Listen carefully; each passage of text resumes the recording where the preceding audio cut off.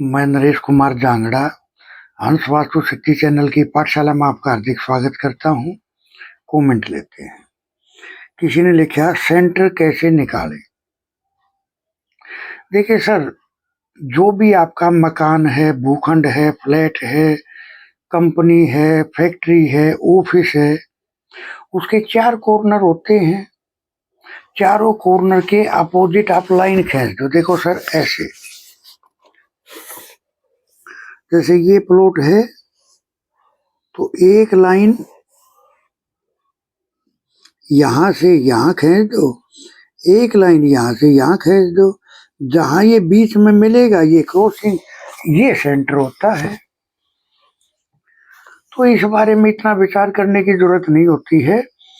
या फिर देखिए सर, मैं तो यही बोलूंगा कि जिसका काम उसी को साजे और करे तो मूर्ख बने। तो आप इस बारे में, जब आपको सेंटर निकालने तक का ज्ञान नहीं है, तो आप किसी आर्किटेक्ट का सहारा लोगे, या जो इस विद्या का जो आपके आसपास में जो जानता होगा तो वो सेंटर निकाल देगा। या फिर आप इसका पूरा कोर्स करें तो आपको हर विषय की क्लियरिटी होगी। किसी ने लिखा ये रे ले वे वालों को क्या उपाय करना चाहिए इसको बैलेंस करने के लिए।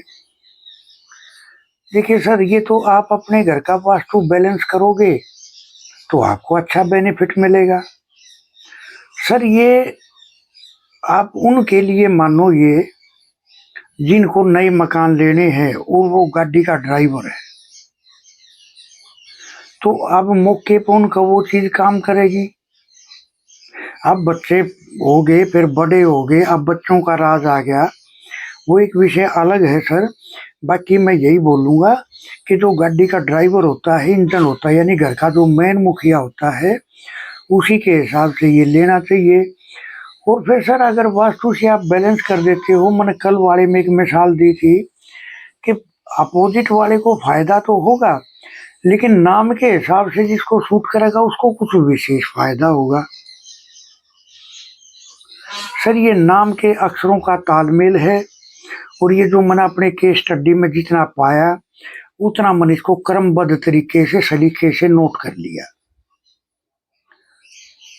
और फिर इसको एक एक पुस्तक का रूप दे दिया। तो इस किसी ने कहा भव्यमुखी प्लॉट कैसा होता है, इस प्लॉट पर क्या मकान दुकान बनाया जा सकता है। देखिए सर, कोई भी दिशा गलत नहीं होती है। अब दिल्ली में पालिका बाजार है सर, वहाँ साउथ की भी दुकानें हैं, नॉर्थ की भी हैं, वेस्ट की भी हैं, ईस्ट की भी हैं। वहाँ तो एक दुकान की खरीदारी के लिए भी करोड़ों रुपया देना पड़ता है, छोटी सी दुकान का। सर, दुकान, जगह, प्लाट, भूमि कोई गलत नहीं होती है। सिर्फ फर्क इतना होता है, जिसको विशेष फायदा लेना है उसको अपने नाम के आधार पर लेना चाहिए। अब ये रे ले वे, इनके लिए भव्यमुखी मकान कैसा होगा, मृत्यु वे, यानी इनको अपने मौत के समान, मौत के करीब का भय लगा रहेगा। क्यों क्यों लगा रहेगा? क्योंकि इनका स्वभाव इतना अग्रेसिव होता है, गुस्से वाला होता है, जिसके कारण ये समाज में अपनी दुश्मनी फैला देते हैं, जिसके कारण मौत के समान भय अपने ही स्वभाव के कारण होता है। सर, ये मौत के समान भय लगे रहना और दुर्घटनाओं के लिए भी उत्तरदायी है। वो एक्सीडेंट को लेके भी हो सकती है, वो चोट को लेके भी हो सकती है, वो शत्रुता को लेके भी हो सकती है। तो सर, भव्यमुखी, मैंने बताया कि कोई भी दिशा किसी के लिए, सबके लिए अच्छी नहीं, सबके लिए गलत नहीं। कैसे? जैसे सर, क्या एक आदमी पूरे संसार के लिए ठीक थोड़ी होता है? नहीं, पूरे संसार के लिए गलत होता। किसी के लिए वो अच्छा है तो किसी के लिए बुरा है। सर, सेम ऐसे ही प्लॉट, भूमि, जमीन होती है, किसी के लिए शुभ है, किसी के लिए शुभ नहीं है। फर्क इतना ही होता है, और कोई फर्क नहीं होता नाम का, दिशाओं का। सर, और मेरे पिछले वीडियो देखोगे तो मैंने बहुत कुछ वीडियो में डाल रखा है। खैर इस तरह से। हाँ, लेकिन यही य र ल व और इस अक्षर से शुरू होने वाले आदमी अगर ईशान के मकान में, दुकान में, फैक्ट्री में, कंपनी में अगर इनका ठिकाना है तो सर आनंददायक, यानी इनका जीवन बहुत खुशी से बीतता है। आर्थिक मजबूती, क्योंकि जीवन में आनंद कब आएगा? जब उसको किसी चीज का अभाव नहीं रहेगा तो ही तो आनंद आएगा ना। तो सर ईशान मुखी इनके लिए बहुत ज्यादा बेनिफिट देता है, पूर्व मुखी बहुत ज्यादा बेनिफिट देता है, पश्चिम मुखी बहुत ज्यादा बेनिफिट देता है, आर्थिक मजबूती दिलाने वाला माना गया है। सर कोई भी चीज गलत नहीं होती। अब देखो मैं आपको एक एग्जांपल देता हूँ। पहले के टाइम में जो खाना बनता था, जो चूल्हे होते थे वे मिट्टी के होते थे। मिट्टी क्या है? Earth element. उसमें अग्नि जलती थी तो अग्नि को मिट्टी कंट्रोल कर लेती है। आजकल चूल्हे किसके हो गए? लोहे के। चूल्हा किस ग्रह का हो गया? राहु का। उस पे अग्नि ऑन हुई तो मंगल आगे, मंगल और राहु का अंगारक दोष बन गया। आप किसी को भी देख लो, 90% यही इंसान मिलेंगे कि दिमाग खराब मत कर। अरे भाई दिमाग तो तेरा पहले ही खराब है, तू टाइम से सो नहीं रहा, तू खाना लोहे के चूल्हे पे खा रहा है। लेकिन आजकल मजबूरी होगी, क्या करा जाए, नहीं वे खुली खुली जगह रही गांव जैसी। तो सर अग्नि का तालमेल बिगड़ गया, पाचन क्रिया बिगड़ गई। क्योंकि अग्नि के 3 रूप है, कामाग्नि, जठराग्नि और क्रोधाग्नि।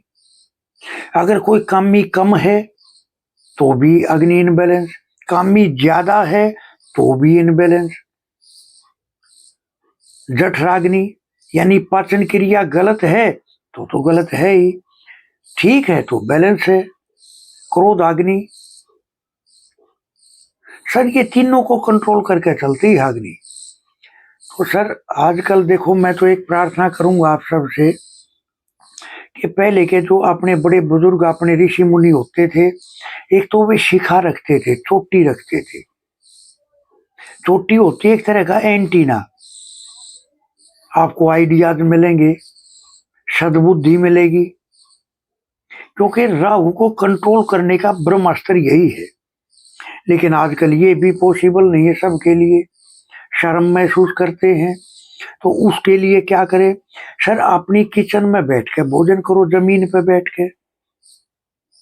अपनी किचन में जमीन पे बैठ के भोजन अगर आप करते हो तो आपकी दिन दोगुनी रात चौगुनी तरक्की होनी शुरू हो जाती है। राहु आपको अच्छे परिणाम देने शुरू कर देता है।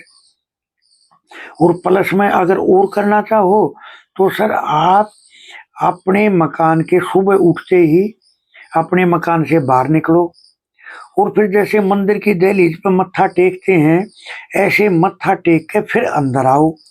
मत्था क्या है? मंगल और बृहस्पति।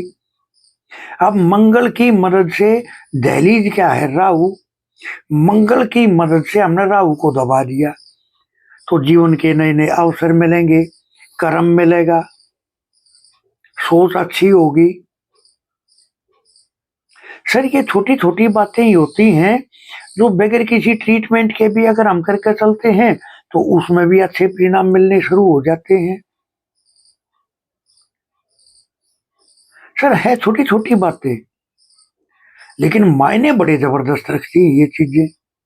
आप करके देखो, किचन में बैठ के भोजन करना शुरू कर दो, अपनी दहलीज पर मत्था टेकना शुरू कर दो। अब बताओ इसमें क्या खर्चा आता है?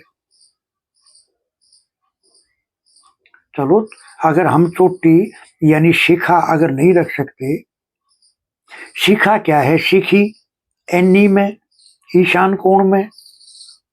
जितने भी नए नए आइडिया आते हैं जो दुनिया को प्रभावित करने वाले, वो कहां से आएंगे? शिखी एनर्जी से।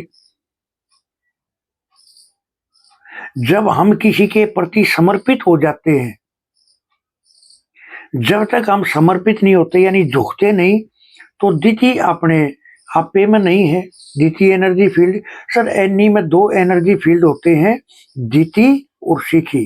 इन दोनों से मिलकर एनी बना यानी ईशान कोण। द्वितीय क्या है, वो बताती है झुकने के लिए। जब हम झुक जाते हैं, किसी के भी प्रति समर्पित भाव कर देते हैं, वो अपने बड़े बुजुर्गों के लिए, अपने गुरुओं के लिए, अपनी पढ़ाई के लिए, जिसके प्रति समर्पित हो जाएंगे तो सिखी एक्टिवेट हो जाएगी। वो $1,000,000 आइडिया देना शुरू कर देगी, जो आप जगत को प्रभावित कर सके। इसीलिए सिखा रखते थे। लेकिन सिखी का काम क्या और एट्रीब्यूट क्या है, यानी गुस्सा, अग्नि, क्योंकि शिव की तीसरी आंख है ये जो लोहे के चूल्हे पर जो खाना बनने लग गया, इसके कारण सिखी भी गलत प्रभाव देने लग गया, क्योंकि राहु है और मंगल है लोहे के चूल्हे में। अग्नि आ गई तो मंगल, वैसे राहु है। वो कही है ना सर, जैसा खाओगे अन्न वैसा होगा मन। सर मैं यहाँ एक चीज और जोड़ना चाहूंगा। देखिए, हम जैसी चाहे वैसी संतान हम प्राप्ति कर सकते हैं, जैसी चाहे। अगर आदमी अगर स्वर विज्ञान का सहारा लेता है, तो लड़की या लड़का जो इच्छा हो वो पैदा हो सकता है। दूसरी चीज, जब गर्भ अवस्था हो, जब बीज डल जाए, तो उस टाइम पे उस औरत के चारों तरफ का ऐसा माहौल बनाना चाहिए जो धार्मिकता का हो। उसके जो विचार होंगे उसके चारों तरफ चल जाओगा, वैसी संतान प्राप्ति होगी। सर जैसे आपने भी सुना होगा, महाभारत में जो चक्रव्यूह के अंदर घुस गए थे, तो वहां तक की पढ़ाई गर्भ अवस्था के दौरान उन्होंने सुनी उनकी मां ने, तो वो अंदर घुसना सीख गए। लेकिन फिर वो सो गई तो बाहर निकलने का रास्ता नहीं मिला अभिमन्यु को। तो सर, हम जैसी विचारधारा रखते हैं वैसी ही संतान की प्राप्ति भी हम कर सकते हैं। जैसे हमारे आचार विचार खान पान होगा, वैसी ही संतान होगी। अब जो बंदे मांस मिट्टी का सेवन करते तो उनकी संतान कसाई ही निकलेगी, बेरहम होगी। सर सब कुछ अपने ऊपर डिपेंड करता है। क्योंकि देखो सर, हम जब किसी मंदिर में जाते हैं तो पहले वहां सफाई करते हैं, फिर दीव धूप और दिया लगाते हैं कि भगवान जी आओ। और ये भगवान का बनाया हुआ मंदिर खुद भगवान ने बनाया, वो तो हमने इंसान ने बनाया। ये जो भगवान का बनाया हुआ मंदिर है, इसमें हम मांस मिट्टी चुगली निंदा बैर विरोध धुआं, तो वो भगवान कैसे आ जाएगा इसके अंदर। हमारी इच्छाएं इतनी घुसी पड़ी है, उसके लिए जगह ही नहीं है। तो सर हम अपने अंदर क्या ले रहे हैं, क्या सोच रहे हैं, क्या खा रहे हैं, कैसे विचार हैं, उसी विचारधारा की संतान हो जाती है। सर वास्तु पुरुष हमेशा मकान में तथास्तु बोलते रहते हैं। आपके घर का जैसा माहौल होगा, उनका काम है तथास्तु बोलना। जैसा माहौल होगा वैसी ही बढ़ोतरी होनी शुरू हो जाएगी। अगर गुस्से का है, झगड़े का है, तो उसमें बढ़ोतरी होती चली जाएगी, धीरे धीरे धीरे धीरे। अगर अच्छा है तो धीरे धीरे धीरे धीरे वो अच्छे माहौल में परिवर्तित होना शुरू हो जाएगा। तो सर सबसे पहले तो हमें अपने बच्चों को संस्कार देने हैं। अगर उनका देखा देखी फिर उनकी जो संतान होगी वो करेगी, तो फिर हमारा भारत वही बन जाएगा जो पहले था। कितनी रिस्पेक्ट थी, कितनी इज्जत थी, कितनी शांति थी। सर सब कुछ वही है, हम खुद बदल गए, इसी वजह से ये कहानी होगी।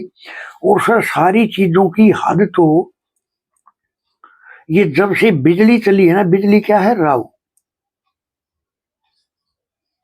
इसने तो हर चीज की अति कर दी। लेकिन अब हमारे ऊपर डिपेंड करता है इसको पॉजिटिव में इस्तेमाल करें या नेगेटिव में, वो अपने ऊपर है। तो खैर इस तरह से हंस वास्तु शक्ति के चैनल आप सबका है। लाइक करें, सब्सक्राइब करें, शेयर करें, कमेंट करें। वास्तु के एडमिशन ओपन है, सीखने के इच्छुक हमारे से संपर्क कर सकते हैं। सर कई तरीके से वास्तु पढ़ाया सिखाया जाता है। वास्तु को वास्तु के तरीके से तो पकड़ते ही हैं। मोटरसाइकिल से कैसे वास्तु को पकड़े कि इसके घर में क्या इनबैलेंस है, फोर व्हीलर यानी कार से कैसे वास्तु को पकड़े, या जितनी भी बड़ी गाड़ियां उनसे कैसे पकड़े कि इसके घर का क्या दूषित है। सर घड़ी से कैसे पहचाने, एक घड़ी को देख के कैसे पहचाने कि इसके घर में किस पॉइंट पर कमी है। सर लोगों को देख के कैसे पहचाने कि ये कंपनी ऊपर जा रही है या नीचे जा रही है। सर होठों को देख के कैसे पहचाने कि इसके घर में कौन सा पॉइंट डिस्टर्ब है। और तो सर बहुत अनेक तरीके हैं जिनसे हम वास्तु सिखाते हैं, बहुत तरीके हैं सर, और इतने ही अलग अलग तरीके से उनको ट्रीट करना सिखाते हैं। ऐसी कोई जगह नहीं जिसको आप ट्रीट नहीं कर पाओगे। सर वास्तु को बहुत ही गहराई से, बहुत ही डीप से पढ़ाया, समझाया, बताया जाता है। तो इस तरह से तो मेरा नंबर है 8810647923। थैंक यू, धन्यवाद, नमस्कार, जय हिंद, जय भारत।